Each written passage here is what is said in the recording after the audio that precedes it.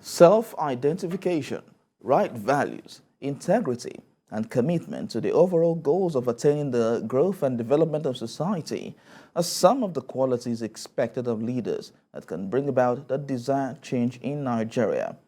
This forms the areas of focus of the capacity building training conducted by YIAGA Africa, and participants comprised over 40 female community organizers, civic society activists, and members of political parties in Sokoto, who are expected to shape policy and move for more youth and female inclusion in governance. We have more in this report.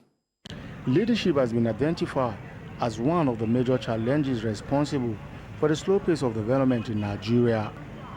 Nigerians blame this on years of military interventions in civil rule, which paved the way for years of executive dominance, which encouraged maladministration, corruption, bad governance, and lack of proper accountability of resources utilized. Dissatisfaction felt by citizens with structures and approaches of leadership in the country has majorly driven the agitations for more inclusion of women and youth in governance.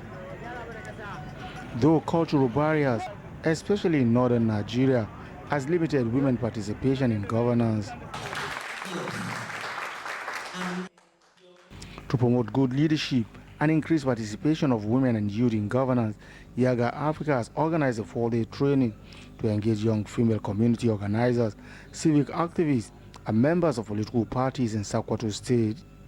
This is to build their capacity to carry out advocacy campaigns that will shape and push policies that will engender good governance and development in their society. The idea is to create that awareness and consciousness among young women that they are also leaders in the community and they have a stake in nation building, in democratic development, and that they must become part of the process to promote and advocate for change.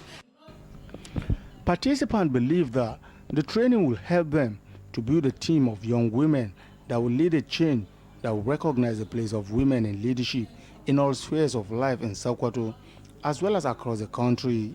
I want to see a society, especially in Sokoto State, where the women can actually say, if men can't do it, we can't do it, because if all hands are deck, we also have the capabilities of doing it. But in politics, there are few females in it, and that politics which mean leadership.